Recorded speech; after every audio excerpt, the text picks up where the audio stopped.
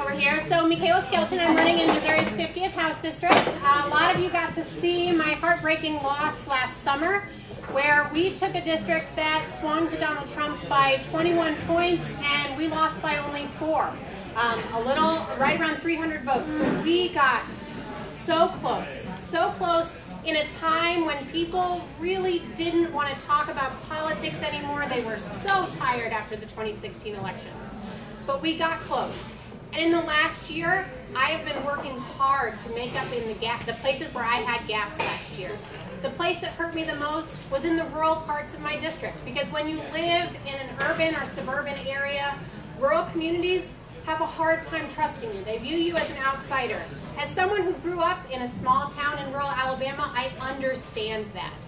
And so I have been putting in work over the last year building trusting relationships. It's unfortunate that sometimes it takes pain coming onto your doorstep for people to start looking around for new allies and new places for hope and for help.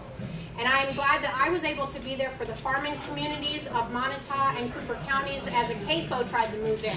CAFO, for those of you that don't know what it is, it's a concentrated animal feeding operation. It's essentially an animal factory. They are very inhumane and very dirty for both air, water, and soil quality. And so these farmers did not want this out-of-state interest coming in to put 8,000 hogs on 25 acres. If you don't know, if that's hard for you to imagine, that's 3 giant barns will fill up the entire 25 acres, and that's it. And it will produce as much waste as a town of 20,000 people in a year. Like, that's a dirty, dirty operation. And so I've been there with them. And so now this year, I have a strong base of support in my rural areas. We've been working hard on getting students registered to vote and reaching out to our more small town communities in Hartsburg and Ashland. And there's momentum there. As I've been knocking doors over the last, started knocking for this cycle back in March, getting in where I can. And for most people, when I knock on their doors, they say, you are the first person that has ever come to talk to me. And that's where we're going to find our change. That's where we're going to find our movement and our momentum, is people who feel like they have not been heard. People who don't vote because they don't think anybody's listening. And so I am so excited to talk to them, but also to empower them. We have so many great ballot initiatives this year that are going to be on the ballot in November. And giving people the power of, don't just vote for me because I want to do all these great things and give you a more hopeful picture for the future. But here are things that we can do together as a team, as a community right now. Voting yes on Amendment 1 for clean politics in Missouri is so huge.